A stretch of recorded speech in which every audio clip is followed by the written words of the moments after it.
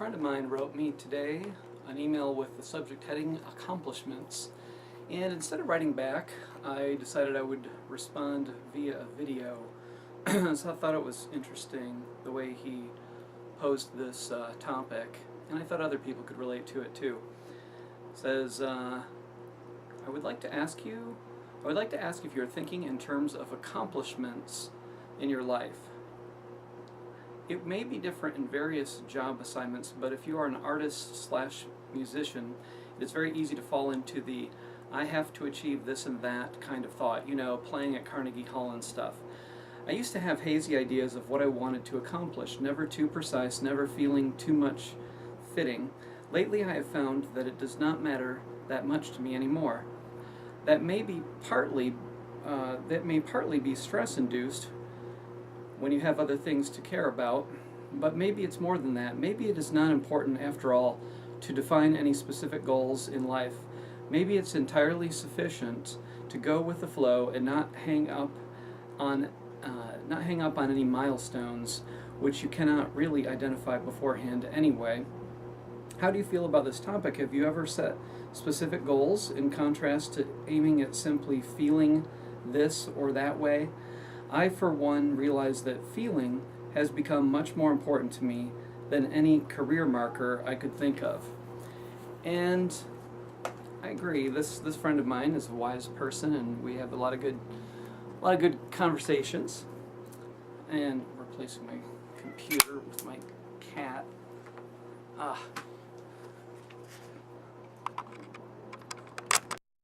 My cat just pulled the microphone out of the jack for that.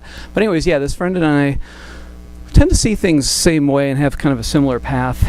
And I feel that our socialization is so strong about accomplishments. Especially, I think there's a gender bias to a degree in terms of males. But for everyone, it's easy to fall into this trap that you are what you do, and your success in life is your success in your career. And several authors come to mind. Timothy Miller wrote a book called How to Want What You Have. And one of the things that stuck with me from that work was this concept that when you're practicing wanting to achieve some goal for some period of time, let's say for years, you want to get to some place of status in your work, and then you reach that goal, and then you have practiced wanting for so long, then that's really all you know how to do is want. So you have some temporary satiation from reaching your goal, but because you've been practicing this pattern of wanting for so long, and you're so good at wanting, then you're just going to want something else. And I think you can see in like careers of acting and music and so forth that it's kind of sad if somebody has peaked in terms of their success at an relatively early point in their life, and then they just try to recapture that success. And you can see in the expressions of some famous people that they know they're no longer relevant in terms of pop culture, you know, media, and they want that back. And at that point, as in all of our lives, we have to make a switch, I think, towards more emphasis upon, as my friend said, feeling. How do you feel? And how can you feel good regardless of what your circumstances are? I also have thought about Deepak Chopra's book, Creating Affluence, which I highly recommend. One of the concepts from that book is the idea that if you pursue knowledge, aka truth in life, then affluence will follow in terms of you getting the money to do your life in whatever way is you know, part of your path. And so if you focus on being an honest person and exploring truths in life and trying to live truths and figure out what it is really about, then the money part will fall into place, and that we'll be able to achieve whatever it is that we're here to achieve more effectively if we're aligned with truth.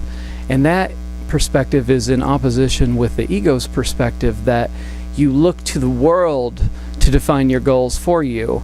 You look to see what the values of your culture are in terms of who gets interviewed and who is popular and who is selling the most albums or movie tickets or whatever, and then try to be like that person. And that's really a sad thing when you try to be like somebody else.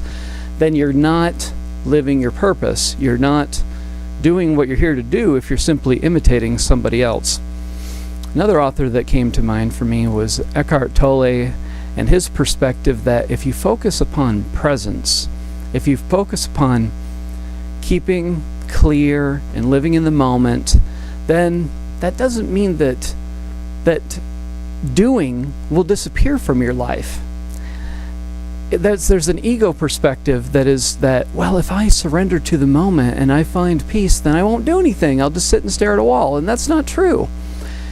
What will happen is that the doing will have a greater depth to it, because when you are able to access stillness, you're also able to, in my perspective, channel.